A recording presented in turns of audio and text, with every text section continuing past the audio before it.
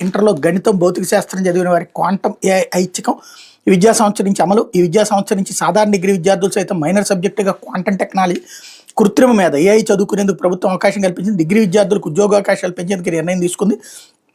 రాష్ట్రంలో quantum valley ఏర్పాటు చేయబోతున్నందున అందుకు అవసరమైన నిపుణులను సిద్ధం చేసేందుకు ఇంజనీరింగ్లో మైనర్ డిగ్రీగా సాధారణ డిగ్రీలో మైనర్ సబ్జెక్టుగా క్వాంటం టెక్నాలజీని తీసుకొచ్చింది.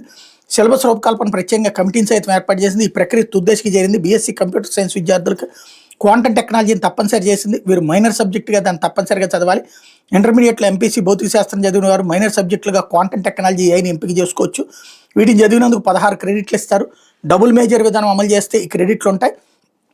కంప్యూటర్ సైన్స్ మినహా ఇతర బీఎస్సీ కోర్సులు చదివే వారికి క్వాంటం టెక్నాలజీ ఏఐలు ఐచ్ఛికంగానే ఉంటాయి. ఇంటర్మీడియట్లో గణితం భౌతిక శాస్త్రం చదవని వారికి క్వాంటం ఏఐ మైనర్ సబ్జెక్టులు ఎంపిక చేసుకునే అవకాశం లేదు. నైపుణ్యాభివృద్ధి కోర్సుల కింద ఏఐని అందుబాటులో తీసుకొచ్చారు. మొదటి సెమిస్టర్లో ఏఐని పరిచయం చేస్తారు. రెండో సెమిస్టర్లో వారి కోర్ సబ్జెక్టులకి ఏఐని అప్లికేషన్ చేయడం ఉంటుంది. ఆర్ట్స్ సబ్జెక్టుల వారు ఏఐ గురించి ప్రాథమికంగా తెలుసుకుంటారన్నటువంటి వార్తని హైలైట్ చేశారు.